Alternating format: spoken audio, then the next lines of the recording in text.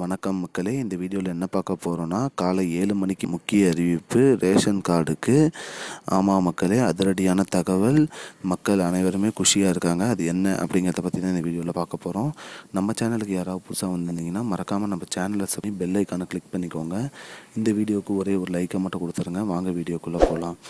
பொதுவாக பார்த்திங்கன்னா இந்தியா முழுவதுமே பொது விநியோக திட்டம், அதாவது ரேஷன் கடையில் வழங்கக்கூடிய பொது விநியோக திட்டம் சிறந்த முறையில் நடந்து வருகிறது. அந்த திட்டத்தின் மூலியமாக அனைத்து மக்களுமே பயன்பெற்று வருவார்கள். அதாவது பார்த்திங்கன்னா 1 கிலோ துவரம் பருப்பு 30 ரூபாய்க்கும், 1 லிட்டர் பாமாயில் 25 ரூபாய்க்கும், 1 கிலோ சர்க்கரை 13 ரூபாய்க்கும், மேலும் 1 கிலோ கோதுமை 8 ரூபாய்க்கும் அரிசி இலவசமாகவும் வழங்கி வராங்க. இந்த திட்டத்தின் மூலியமாக பார்த்திங்கன்னா அனைத்து மக்களுமே பயன்பெற்று வராங்க.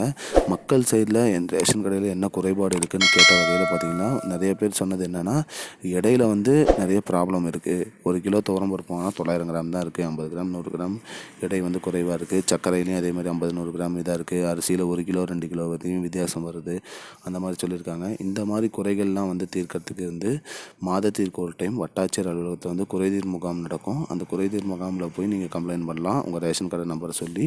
அப்படி இல்லை அப்படின்னா ஆன்லைன் மூலியமாகவும் கம்ப்ளைண்ட் பண்ணலாம். அந்த ஃபோன் நம்பர் நான் உங்களுக்கு டிஸ்கிரிப்ஷனில் கொடுக்குறேன். அந்த நம்பரை எடுத்துக்கோங்க. அந்த நம்பருக்கு கால் பண்ணி உங்கள் ரேஷன் கடை நம்பரை சொல்லி, இந்த மாதிரி இடையில ப்ராப்ளம் இருக்குது, அமௌண்ட்டு சில்லறை கொடுக்க மாட்டேங்கிறாங்க, நாங்கள் 100 ரூபா கொடுத்தா பேலன்ஸ் கொடுக்க மாட்டேங்கிறாங்க, அந்த மாதிரி எந்த ப்ராப்ளம் இருக்கோ அது எல்லாமே நீங்கள் சொல்லலாம். அப்படி சொன்னீங்கன்னா அதுக்கு தகுந்த நடவடிக்கை எடுக்கிறதாகவும் சொல்லியிருக்காங்க.